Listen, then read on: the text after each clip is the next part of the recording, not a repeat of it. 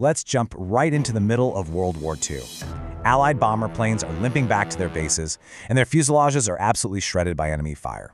The mechanics rush out, right? They count the bullet holes, trying to map out exactly where these planes took the most damage. And they find that the fuselage, the fuel system, the tail, they're all just hammered, but the engines, strangely, completely untouched. It is a literal life-or-death mystery. The military needs a solution immediately to stop their pilots from falling out of the sky. So in this explainer, we're going to solve that mystery together, and in the process, uncover the secret hidden architecture of the world around us. So the top military brass looks at all this damage data, and they ask a pretty obvious question. Where do you put the extra armor? And honestly, their answer was just as obvious. You put the armor where the bullet holes are. You reinforce the parts of the planes taking the heaviest fire. It makes perfect sense, right? Totally logical. But here's the strange part. One man walked into that room, looked at their rock-solid, totally logical plan, and said, absolutely not. In fact, if you do that, you are going to lose even more planes. That man was Abraham Wald. He was a mathematician working with the military's statistical research group. Wald looked at the exact same planes and the exact same data, but he saw something the greatest military minds had completely missed. He realized that the planes they were studying, they were only the ones that actually survived. These bombers were surviving because they were getting hit in those heavily bullet-riddled areas. Okay, let's dive into this, because this is the absolute mind-blowing payoff. Wald told the generals they needed to put the armor exactly where the bullet holes weren't. Why? Because the planes that got hit in the engines, those empty spaces on their damage charts, they never came back. This phenomenon is called survivorship bias. And Wald's life-saving insight wasn't some stroke of brilliant military strategy. It was math. Now I know exactly what you might be thinking. When you hear the word math, you probably break into a cold sweat picturing some dreary classroom where a teacher is forcing you to compute endless definite integrals on a weekend. It feels like pointless, rote memorization. But the real reason math matters is so much deeper than that. As author Jordan Ellenberg points out, those classroom drills are to real math what weight training is to playing professional soccer. Real math isn't just following rigid rules to get a passing grade. It is an atomic-powered prosthesis that you attach to your common sense, vastly multiplying its reach and its strength. Just think about the incredible contrast here. Take Abraham Wald's actual military report. It is dense, it's intimidating, and it is packed full of Greek letters. But compare that to a simple hand-drawn grid of dots. Yet, both represent the exact same underlying logic. Even the most incredibly complex, high-level math is just a formalized version of how we naturally think.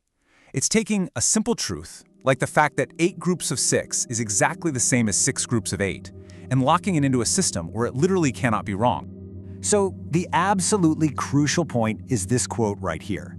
Mathematics is the extension of common sense by other means. We have to completely reframe how we view math. It's not some tedious set of rules. It is a psychological superpower. Without it, your own common sense can lead you wildly astray, just like those officers who wanted to armor the strongest parts of the bombers. But with it, you gain this incredible framework that actively prevents you from being wrong. And this is where things get weird. Let's move to a completely different puzzle to see just how deep this goes. Take a simple circle. Over 2,000 years ago, figuring out the exact area of this shape was a massive, vexing problem that literally consumed the great Archimedes. The Greeks didn't even think of pi as a number. They only trusted whole numbers that counted physical things. But silos still had to be built, wheels had to be measured, they had to figure it out. So how did they do it? They used a profound conceptual trick. If you look at a circle from a really great distance, it looks perfectly round, right? But let's zoom in. Imagine getting closer and closer to that edge. As we do, we're no longer looking at the whole shape anymore, we are just looking at one tiny segment of the arc. This brings the wildly abstract idea of nonlinear dynamics right into our immediate point of view. The curve is still there, obviously, but notice how it's starting to stretch out and really change its character. This brilliantly illustrates a core mathematical principle: straight locally, curved globally. It basically means that the truth of a shape depends entirely on your vantage point. If we take our magnifying glass and zoom in one last time on that exact same circle, what happens? The perspective completely shifts. The curve, for all intents and purposes, just disappears. It becomes totally indistinguishable from a straight line. If you placed a tiny ant right there, aware only of its immediate surroundings, that ant would swear on its life it was walking on a completely straight edge.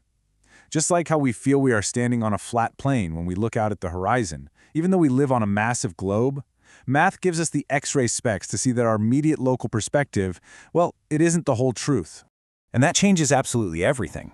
Because once you decouple reality from just what your physical eyes can immediately perceive, things get wild.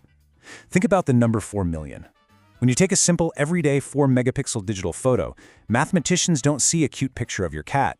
They see a staggeringly complex 4 million dimensional vector. Every single pixel is a number, existing in a mathematical space our human brains literally cannot visualize.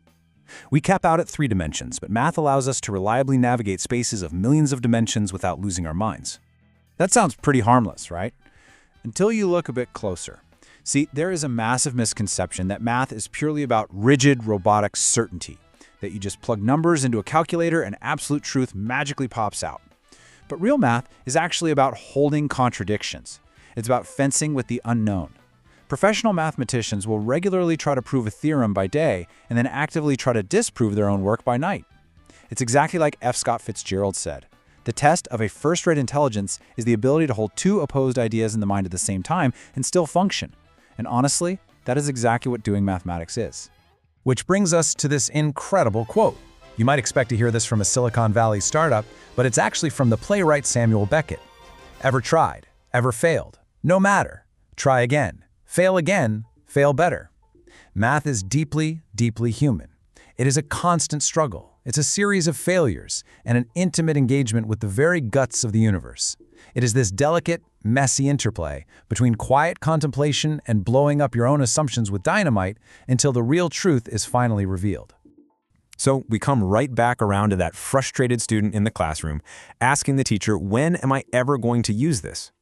Well, every time you realize that the obvious answer is wrong, every time you resist a really bad gamble, every time you step back to see the global curve instead of the local straight line, you are doing it.